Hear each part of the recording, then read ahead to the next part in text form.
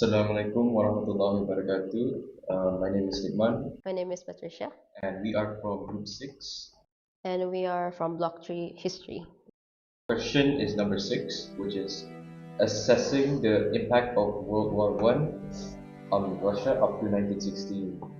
My first point would be about describing Russia's involvement in World War One and its effects, specifically the Battle of Tannenberg and Manchurian Lake. So, the background context for World War I was that it was a global conflict primarily in Europe that began in 1914 and involved major powers like Germany and Austria-Hungary on one side, which is the Central Powers, and France, Britain, Russia, and later the US on the other, which is the Allies.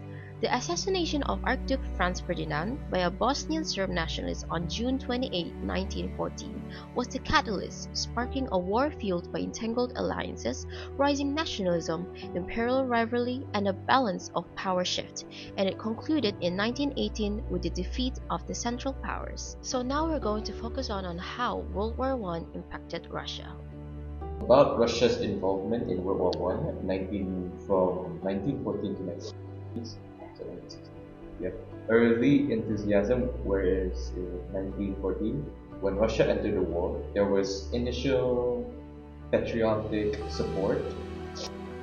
The Tsar's regime saw war as a way to unite the country and distract the domestic unrest. However, the enthusiasm quickly faded due to defeats and hardships. Battle of which is from Battle of Tannenberg and Manchurian. Russia mobilized quickly, surprising Germany, but poor coordination between generals, specifically Samsonov, led to disaster. At Tannenberg, the Russian Second Army was encircled, annihilated by Hindenburg and Montenegro. Around 17,000 killed or wounded and 19,000 captured. This was a huge blow to morale and highlighted Russia's poor communication and outdated tactics and weak.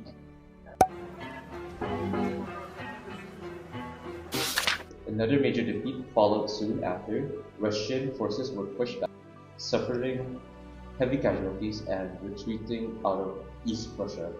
The defeats destroyed the myth of Russia's military strength and exposed problems, weak rail networks, lack of modern weaponry. Affect these battles, Russia's armies never fully recovered from these early disasters. Confidence in the Tsarist government and military command eroded, and soldiers' morale began to collapse. By 1916, casualties by 1916, Russia had suffered millions of losses, killed, wounded, or captured. Soldiers often fought without rifles, relying on dead comrades. Weapons, ammunition, and artillery were scarce. Morale defeats, poor conditions, lack of supplies led to collapsing morale, desertions increased, and loyalty to the Tsar weakened. As for political consequences, Nicholas II's leadership in 1915, Nicholas II personally took command of the army. This later backfired, as the early defeat was now blamed on him personally.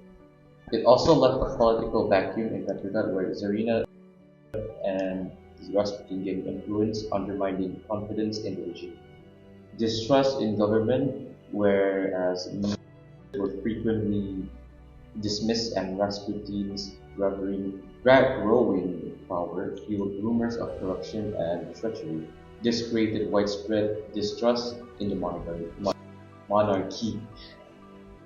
As for the economic consequences, it led to food shortages. The war effort disrupted farming and transport. The railways prioritized military supplies, leaving cities short of food and fuel. By 1960, Petrograd and Moscow faced severe shortages. Inflation, the government printed money to cover expenses, causing prices to rise rapidly. Workers could not afford basic necessities, worsening discontent. And also the strikes and unrest, urban workers protested shortages and inflation. Strikes became planting seeds of revolutionary unrest. For my next point will be about assessing the military political consequences by 1916. Military consequences by 1916 is what Russia suffered huge casualty, shortage of weapons and no morale. So when, by 1916, the Russian army had lost around 2 million men killed with 2 million more wounded and killed. Where the Eastern Front, Galicia, Carpathian Mountains, Poland, who is the Russian soldiers that the frontline commanders and Tsar Nicholas II after he took command in 1950. As for why, Russia was poorly industrialized compared to Germany. In army of the United. Soldiers went to battle. The rifles taught to pick up weapons from fallen comrades or land refugees. A people strategy. The Brusilov offensive 1916 was briefly successful, but cost 1 million dead children. Russia's backup sustainably involved. Consequences, the Tsar's decision to lead the army created a political vacuum in Petrograd. When, from 1915, Nicholas II became chief, where Nicholas II was at military HQ in Moldova, while Petrograd was left under Tsarina Alexandra. Tsar Nicholas II, Tsarina Alexandra, Rasputin, the monk who influenced her, ministers in the Duma. Nicholas wanted to boost loyalty to the monarchy, but instead every degree was blamed directly. Now, Alexandra relied on Rasputin, whose influence in pointing between 1950 and 1960. 4 prime ministers, 3 foreign ministers, 3 war ministers, interior ministers, showing instability. Economic consequences, what the Russia's economy collapsed under the strain of war. By 1960, shortages and inflation became severe, where cities like Leningrad, Moscow were hit, while food rotted in the countryside due to poor transport. Civilians, urban workers, peasants, and industrialists were free. As for why, the war diverted trains to supply the army neglecting food issues. Printing more money caused inflation. How bread in Petrograd began in 1916. Food prices had quadrupled since 1914. Moscow received only one third of its by 1916. Impact on soldiers' morale. What? Morale collapse. Agrees revolutionary ideas spread. When by 1916 the disillusionment was spread were on the Eastern Front in the garrisons in Petrograd, who ordinary soldiers and junior officers. Why defeats lack of supplies and production? How soldiers describe themselves as fighting a war without rifles. Desertion rates rose sharply by 1916 over the army. Many soldiers later joined the revolutionary movement. In conclusion, by 1916, Russia's involvement in WW1 led to military, especially in Edinburgh and Syrian lakes, economic breakdown such as inflation and food shortages, which also led political chaos because of Nicholas being at the front, Alexandra in power, and collapsing morale among soldiers and civilians. These factors combined to fatally the Tsarism setting, which sets the stage for the 1917 revolutions. Both of the big points that Niqman was explaining are actually very similar, which makes it much more easier to remember. Now that being said, now let's move on to my part. So now I'll be talking about when Nicholas II took command of the army, which creates a political vacuum, and also explain in detail the influence of Tsarina Alexandra and also Rasputin, which creates a distrust and mismanagement in the government. By the summer of 1915, Russia was in deep crisis. After a string of defeats, the loss of Poland, the Great Retreat, millions of men captured or killed, Tsar Nicholas II made a dramatic choice. On the 5th of September 1915, he personally assumed command of the Russian army.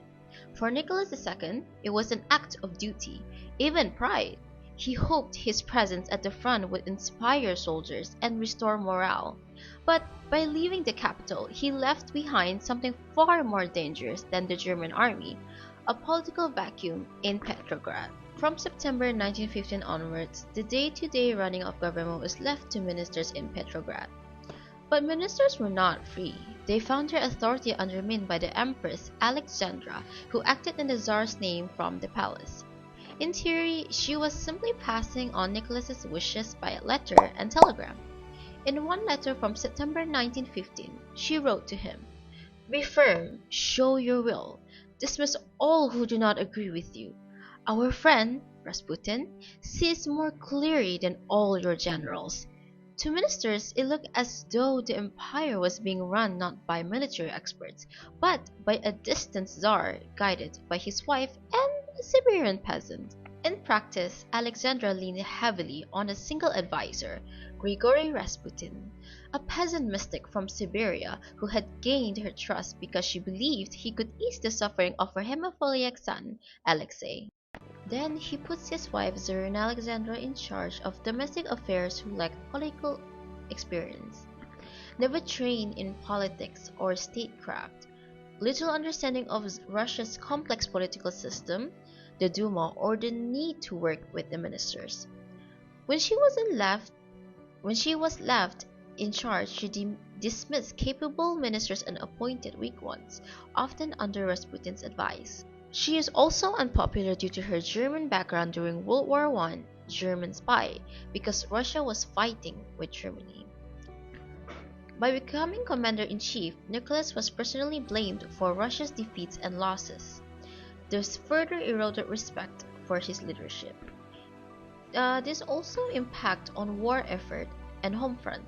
The absence of strong leadership in Petrograd deepened administrative chaos. Popular discontent rose due to food shortages, inflation, and military failures, which were now associated directly with Nicholas himself. This meant policies kept changing, and no minister had enough time to establish its authority or make reforms. It created instability and chaos in government at a time when strong leadership was urgently needed. Alexandra's reliance on Rasputin. Her trust in Rasputin was absolute. She believed God spoke through him. In another letter, she insisted, "Our friend's words are holy truth. He sees what others cannot, and he warned us whom to trust. Without him, we are blind."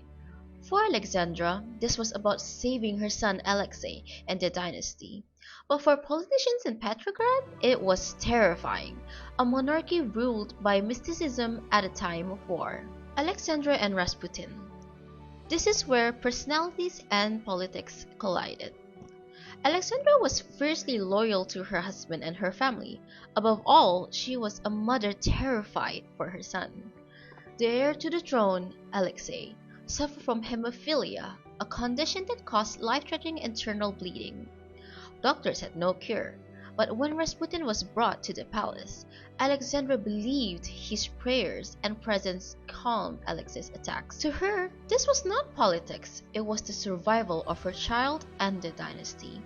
Because of this, Alexandra came to trust Rasputin as a man sent by God. However, it looked like the empire was being run by hysterical German-born empress and a drunken, scandal-ridden peasant. In wartime, Petrograd, where bread was short, factories were striking, and soldiers' families queued for hours for food. The idea that Rasputin could decide who became Minister of War or Prime Minister was explosive. It symbolized everything wrong with the monarchy: weakness, secrecy, and corruption. Between 1915 and 1916, Alexandra and Rasputin pressured Nicholas by letter and telegram to appoint men they trusted. This constant reshuffling of ministers, sometimes called the ministerial leapfrog, which meant governments lasted weeks, not months. Competence was sacrificed for loyalty, and the machinery of state began to break down. Ministerial leapfrog. Between 1915 and 1916, Alexandra and Rasputin pushed for endless reshuffles for ministers. She urged Nicholas to fire those she disliked, often branding them as traitors. One particularly blunt line comes from the late 1960s. "Do not believe anyone who speaks against our friend. They are liars who hate the truth. Only he loves Russia and you. The perception of corruption and incompetence. Alexandra and Rasputin were widely distrusted. Alexandra was a German born, a big problem during a war against Germany, and Rasputin was infamous for scandal, drinking, and womanizing. To the public and the Duma, it looked like a foreign empress and a peasant mystic were controlling government decisions, while soldiers were dying in the millions. That perception destroyed the monarch's image. Even if Rasputin wasn't making every decision, people believed he was, and that was enough to erode trust. So talking about ministerial instability, which is the liberal government, Alexandra and Rasputin constantly pressured Nicholas to hire and fire ministers.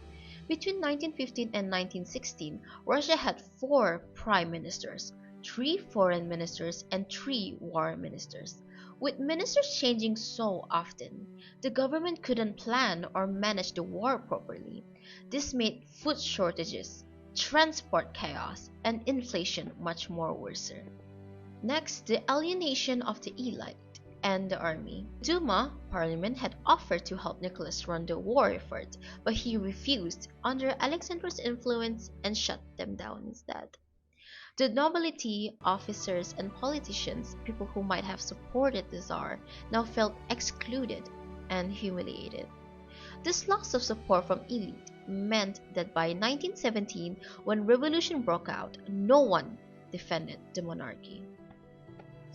As a symbol of a broken system, Rasputin became a symbol of everything wrong with the regime: corruption, weakness, superstition, and incompetence. When newspapers called him the real ruler of Russia, people believed it. That symbol carried more weight than the actual details of his power. So Rasputin's shadow. Rasputin never held formal power, but his presence cast a long shadow. Every rumor of his excesses was magnified by wartime misery. Alexandra's fierce defense of him only deepened suspicion. She denounced ministers who opposed him and called critics traitors. By late 1916, the regime was in open disrepute. Even aristocrats who once served the crown turned against it. A group of nobles assassinated Rasputin in December 1916, believing that they could save the monarchy by removing him. But the attempt came too late. Rasputin's murder only confirmed to many that the government was rotten from within. To conclude, that's all for our subject or topic that we've been covering about in Russian Revolution. For question number 6 of group 6. Yeah, that's it. Thank you. That's Bye. it. Bye. Like and subscribe. If there's any more questions, please do comment down below. Yes. Yes. Yes. Comment whatever you say in our comment section. Like and subscribe. Okay. Add links. Okay, so this is